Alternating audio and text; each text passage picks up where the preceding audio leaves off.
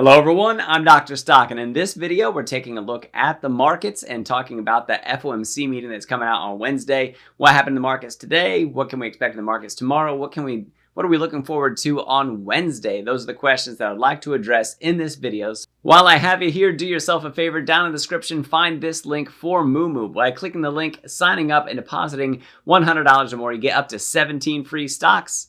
And here's how it goes. You deposit $100, you get 7 free stocks, 2 AI draws, and then also 5 other stocks valued up to $2,000. And if you deposit $1,000 or more, you get 17 free stocks.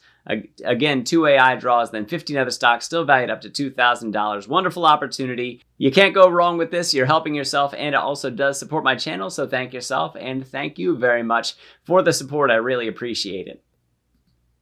One other thing, while you're looking down in the description, if you want to hear more of my commentary, get my Patreon exclusive content, that link is down in the description. So go down to the description, click on that link for the Patreon, and come on over, be part of the community. We'd absolutely love to have you over there. With that said, let's get right into the content. All right, so the markets today, let's take a look first thing here at the SPY. So I have a whole lot of lines drawn on this. You can see the path that we've taken all throughout from 2020 into 2021, and then you can see the sell-off through 2022, and, well, you can see the sort of sideways movement that we've had all the way to this peak coming back. Let's put the crosshairs on this from August all the way down to October the 13th, and then we were moving, sort of trading in a channel, if you will. And then that brings us up to here. This line is a really important line for us that right now, that is an area of resistance for us in the S&P when we look at the SPY, and sticking below that line, it's going to keep holding us down. We also have the little 50-day, the little squiggly blue line coming up through here. That is also something that's going to keep us from running upward further. And then the next horizontal line that we have, that's that 400 mark, which equates about to the 4,000 line in the S&P. So that's going to be psychological resist for us. Really tough area to break. So we have a lot of headwinds coming up on that. And then we also have the macro news that's out there, the banking struggles that we have. We have the FOMC meeting coming out. Those are things that could possibly keep us down. We are back up above the 200-day, so that's a good thing. We did close today higher than what we had in the SPY here. It looks like we closed up almost 1% over where we were at closing the week out last week. So it was a good day in the markets today. We still are up over the 200-day for support. That's a good thing. Moving up again above this diagonal line, again, another strong sign for rallying above that. If we do fall back, we have the 200-day for support right at about 389, 390-ish, and then down from there we have more support coming in at 385, and then hopefully we don't fall through there because there's fairly weak support here at 379. The bigger one would be down here all the way at 375. That would be a big drop. So here we go. I zoomed in a little bit more. So what do we have? Well, we have this 200-day and 50-day. I think those are going to be very firm areas of resistance and support for us. I don't think that we make any major moves between now and the end of the FOMC meeting on Wednesday. So tomorrow, I don't think is our big day yet. Really, we're watching banking sector news to see if we have any other insolvency issues or illiquidity going on in the banking sector, further contagion. Those would be things that would certainly bring a lot more red about and could possibly push us back down under the 200-day. But barring all that, putting that aside, it seems as though we have a little bit more sideways trading.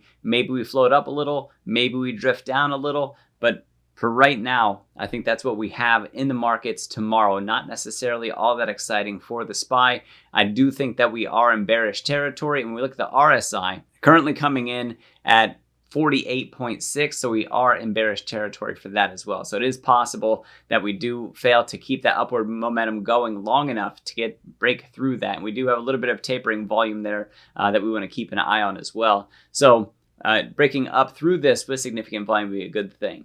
Let's go over to the Qs. All right, now on the Qs, the RSI will jump there first. The RSI is currently 60, so we're in bullish territory, but we're not overbought. That's anything above 70, so we're in really good shape there. We had a strong volume day on March the 16th. So that was Thursday of last week. Friday, a little bit of indecisiveness between the Bulls and the Bears. They're still fighting, trying to figure out who's going to win this war that we have going on. And I think that we have another day of drifting. So either up, down, but very minimal movements. Again, barring any sort of black swan or negative event coming through the banking sector. I think those would be catalysts that would certainly move us a little bit more.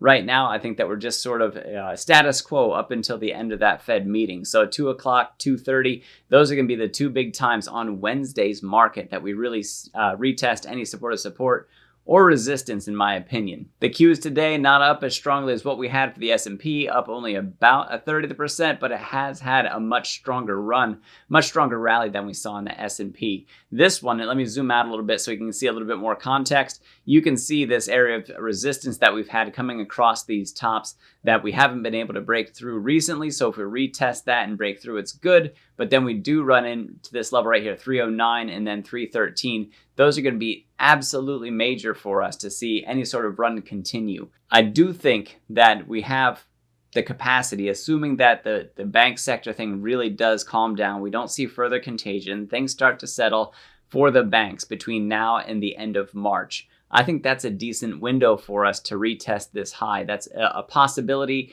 definitely not a promise. We'll have to see how it plays out with the Fed meeting. I'll get to that in just a moment. But if we do retest this high, but we don't break it, then that's something that I think is going to send us right back down, possibly down to the 200-day, and maybe we could see it go a little bit lower. We're going to have to see what the overall sentiment is as that plays out. We'll see what the Fed has to say. We'll see what's in their summary of economic projections. We'll see more about what's going on with the banks, and then we'll reassess further from there. We do have a decent setup to have another green day coming in for the Nasdaq tomorrow. This would be tracking, this is the Qs tracking the Nasdaq 100, by the way. So we could possibly see a little bit more strength. Maybe we drift down a little bit, but like I said, I don't see any big moves happening for this one.